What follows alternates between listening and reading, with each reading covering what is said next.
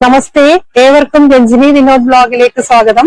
ഇപ്പോൾ നമ്മൾ എത്തിച്ചേർന്നിരിക്കുന്നത് തിരുവനന്തപുരം ജില്ലയിൽ സ്ഥിതി ചെയ്യുന്ന കരിക്കകം ശ്രീ ചാമുണ്ഡി ദേവി ക്ഷേത്രത്തിലാണ്. മഹാചാമുണ്ഡി, ബാലചാമുണ്ഡി, രക്തചാമുണ്ഡി എന്നീ 3 ഭാവങ്ങളിൽ അമ്മ കുടികൊള്ളുന്ന ഒരു ക്ഷേത്രമാണിത്. രാജഭരണകാലത്തൊക്കെ നീതി നിർവഹണമൊക്കെ നടന്നിരുന്ന ഒരു ചരിത്രം കൂടി ഈ പുണ്യഭൂമിക്ക് പറയുവാനുണ്ട്. ഈ ക്ഷേത്രത്തിന്റെ ആണ്ടുവിശേഷമായ കരിക്കകം പൊങ്കാല അതിപ്രശസ്തമാണ്. ഈ ശക്തി ചൈതന്യ ഭൂമിയെ കുറിച്ച് പറയുവാൻ ഇവിടെ പരിലസിക്കുന്ന ആ അമ്മ തന്നെ വാക്കുകൾ നൽകി അനുഗ്രഹിക്കട്ടെ.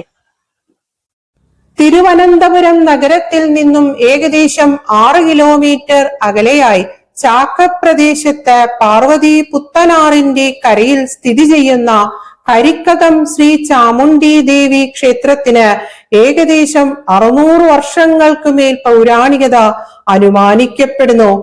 സത്യത്തിന് സാക്ഷിയായ ദേവി കരിക്കകത്തമ്മയായി കുടികൊള്ളുന്ന ഈ അതിപ്രശസ്ത ദേവി ക്ഷേത്രത്തിന് പ്രത്യേകതകൾ അനവധിയുണ്ട്.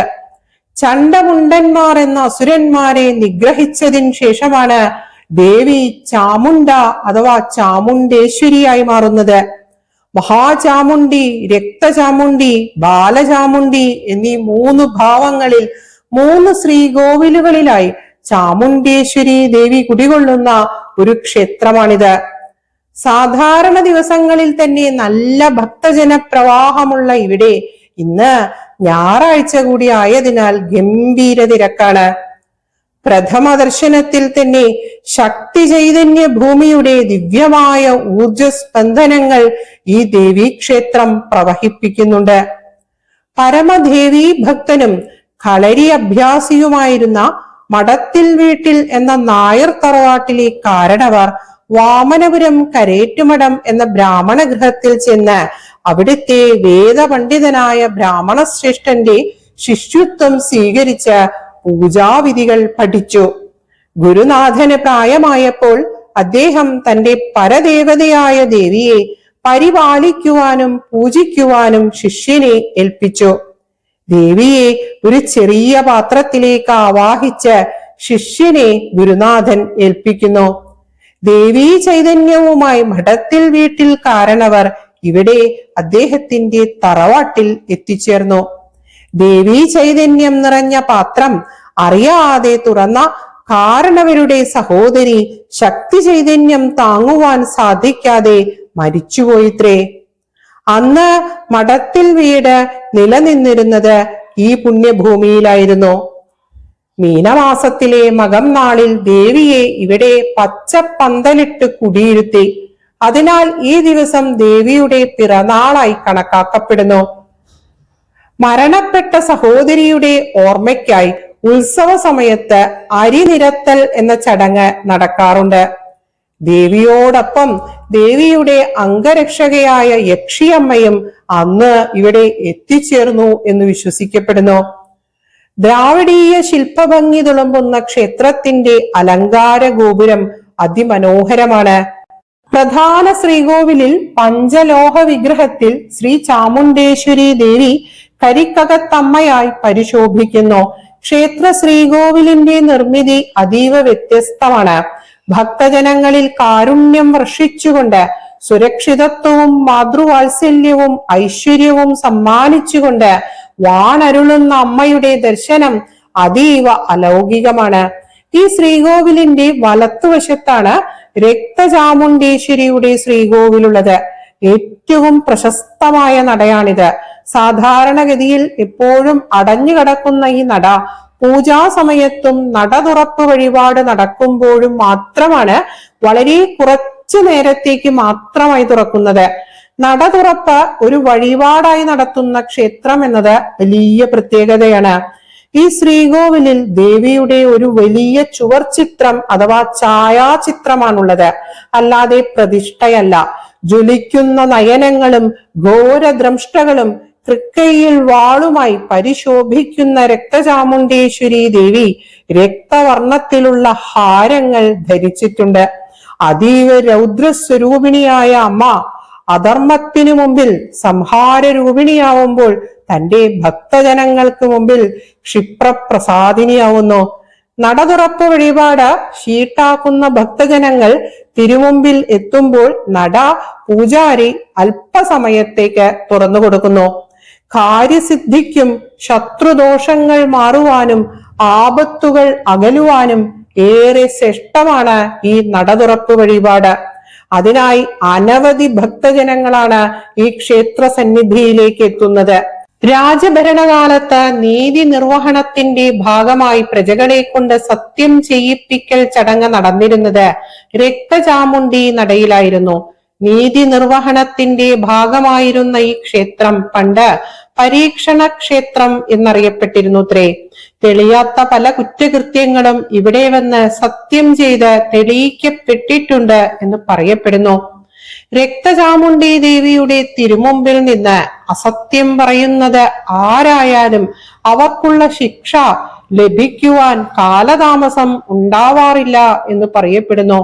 മാത്രമല്ല, ദേവിയുടെ തിരുമുമ്പിൽ നിൽക്കുന്ന ഒരാളിന്റെ മനസ്സിനെയും ബുദ്ധിയെയും സ്വാധീനിക്കുവാൻ കഴിയുന്ന പല ശക്തി ചൈതന്യ അനുഭവങ്ങളും സൃഷ്ടിക്കുവാൻ ഈ ദേവീ നടയ്ക്ക് കഴിയും എന്നാണ് വിശ്വാസം.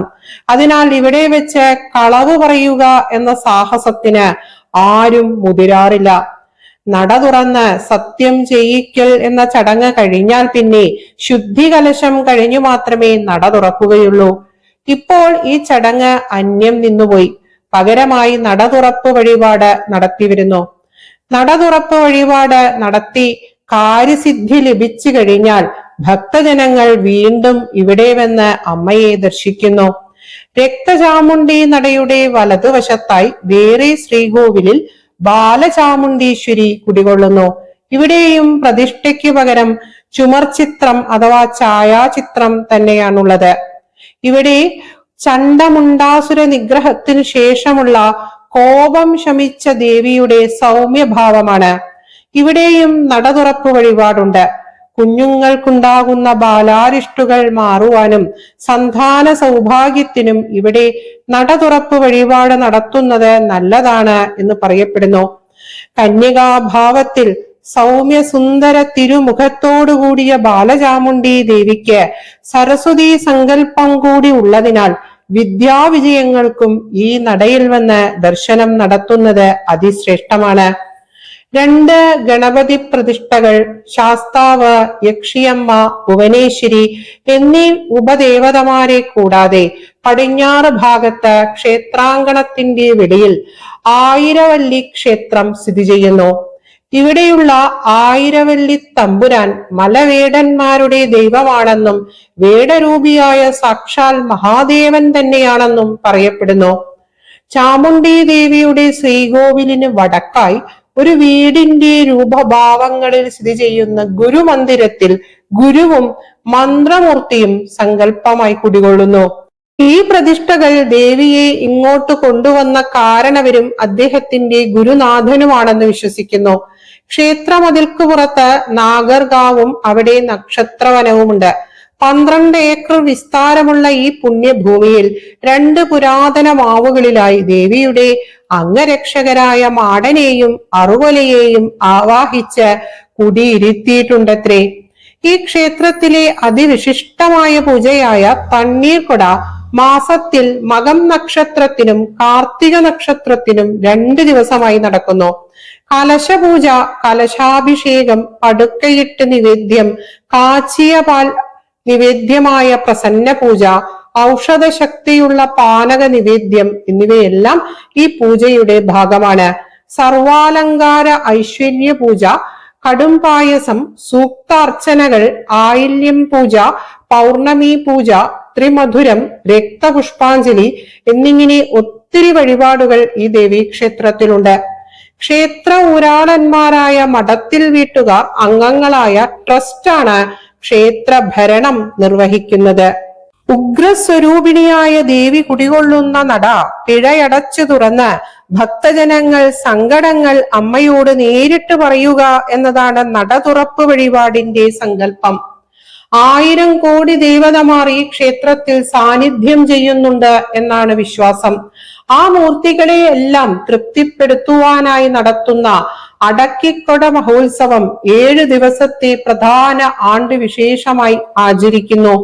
കുംഭം മീനം മാസങ്ങളിൽ നടക്കുന്ന ഈ ഉത്സവ സമയത്ത് മീനമാസത്തിലെ മകം നാളിലാണ് അതിപ്രശസ്തമായ കരിക്കകം പൊങ്കാല നടക്കുന്നത്. പണ്ട് ദേവിയെ ഗുരുവും മന്ത്രമൂർത്തിയും ചേർന്ന് ഈ ദേശത്തേക്ക് കൊണ്ടുവന്ന് തറവാടുമുറ്റത്ത് പച്ചപ്പന്തൽ കെട്ടി പ്രതിഷ്ഠ നടത്തിയ സമയത്ത് ദേശവാസികളായ സ്ത്രീജനങ്ങൾ മൺകലങ്ങളിൽ പായസം തയ്യാറാക്കി നിവേദിച്ചു. വെച്ച നിവേദ്യം എന്നാണ് ഇത് പണ്ട് അറിയപ്പെട്ടിരുന്നത്. ഇപ്പോൾ ദേവി തങ്കരഥത്തിൽ പുറത്തെഴുന്നള്ളത്ത് കഴിഞ്ഞു വരുമ്പോൾ പണ്ട് ഇവിടെ ആദ്യം ദേവി എത്തിയ ദിനത്തിന്റെ സ്മരണാർത്ഥം ഭക്തകൾ അമ്മയെ പൊങ്കാല സമർപ്പിച്ച് എതിരേറ്റ് ദേവീ കടാക്ഷത്തിനായി പ്രാർത്ഥിക്കുന്നു. അരിനിരത്തൽ ഗുരുപൂജ, അടക്കിക്കൊട, വടക്കേ നടയിലെ ഉച്ചത്തണ്ണീർ, രാത്രിപൂജ, ഗുരുതി എന്നിവ ഉത്സവ ചടങ്ങുകളിൽ ചിലതാണ്. പകർച്ചവ്യാധികൾ തടയുവാനായി പണ്ടുകാലത്ത് ദിക്ബലി എന്ന ചടങ്ങിനായി ദേവി പുറത്തേക്ക് എഴുന്നള്ളിയിരുന്നു. ഇപ്പോൾ അത് ഉത്സവ നാളുകളിലെ പുറത്തെഴുന്നള്ളത്ത് മാത്രമായി മാറി. കരിക്കകം പൊങ്കാലയിൽ പങ്കെടുക്കുവാൻ അനവധി സ്ത്രീജനങ്ങൾ പല ദേശങ്ങളിൽ നിന്നും ഈ ക്ഷേത്രഭൂമിയിലേക്ക് എത്തിച്ചേരുന്നു.